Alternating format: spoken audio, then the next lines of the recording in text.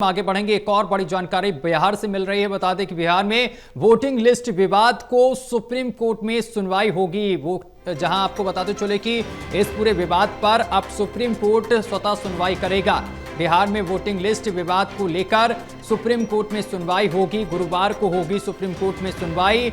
मनोज झा, कपिल सिब्बल और अभिषेक मनु सिंघवी ने दायर की है याचिका। वोटिंग वेरिफिकेशन को तुरंत बंद कराने की हो रही है मांग और चुनाव आयोग की ओर से कराया जा रहा है वोटिंग वेरिफिकेशन। ये बड़ी जानकारी हम आप तक पहुंचा रहे हैं। ये मामला जो है वो सुप्रीम कोर्ट की चौखट तक पहुंच गया है। तो बता दें कि बिहार में वोटिंग लिस्ट विवाद को लेकर यह मामला सुप्रीम कोर्ट में पहुंच गया है। सुप्रीम कोर्ट इस पूरे मामले को लेकर सुनवाई करेगा। गुरुवार को होगी सुप्रीम कोर्ट में सुनवाई। मनोज झा, कपिल सिब्बल और अभिषेक मनु सिंघवी ने दायर की है याचिका। वोटिंग वेरिफिकेशन को तुरंत बंद कराने की हो रही है मांग। चुनाव आयोग की तरफ से कराया जा रहा है वोटिंग वेरिफिकेशन। तो ये बड़ी और अहम जानकारी लगातार हम आप तक पहुंचा रहे हैं, जहां आपको बताते चले कि अब ये मामला जो है वो सुप्रीम कोर्ट की चौखट तक पहुंच गया है और सुप्रीम कोर्ट अब इस पूरे मामले में सुनवाई करने के लिए तैयार है। तो बिहार में वोटिंग लिस्ट विवाद को लेकर अब सुप्रीम कोर्ट जो है वो सुनवाई करेगा। गुरुवार को होगी सुप्रीम कोर्ट में सुनवाई। मनोज झा, कपिल सिब्बल और अभिषेक मनु सिंघवी ने दायर की है याचिका। वोटिंग वेरिफिकेशन को तुरंत बंद करने की हो रही है मांग और चुनाव आयोग की ओर से कराया जा रहा है वोटिंग वेरिफिकेशन। साथ ही आपको बताते चले कि कल इसी पूरे मामले को लेकर महागठबंधन सड़कों पर उतरेगा, जोरदार प्रदर्शन करेगा, चक्का जाम रहेगा बिहार में। तो ये बड़ी और अहम जानकारी लगातार हम आप तक पहुंचा रहे हैं, जहां आपको बताते चले कि वोटिंग वेरिफिकेशन का मामला सुप्रीम कोर्ट की चौखट तक पहुंच गया है।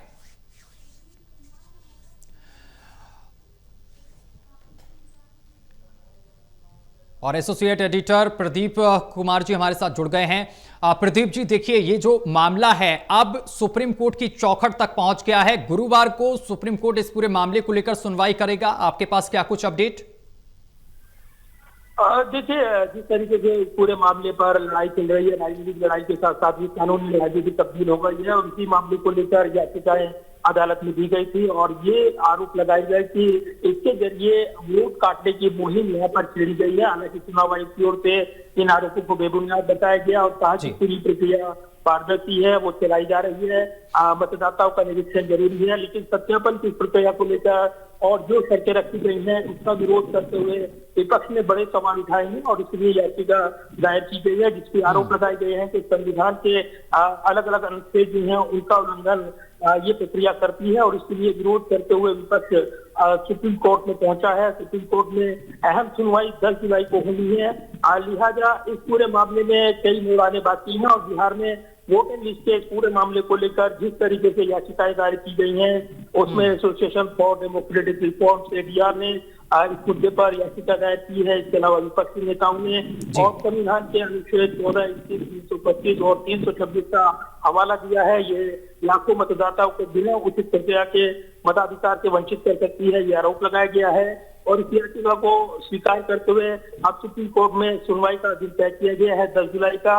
यहाँ पर सुनवाई होनी है, लेकिन इस बीच बीजेपी आरोप लगा रही थी विपक्ष अवैध बांग्लादेशी और रोहिंग्या के पक्ष में खड़ा है, इसलिए वोटिंग लिस्ट में जो पारदर्शिता की मुहिम शुरू की गई है उसका विरोध कर रहा है।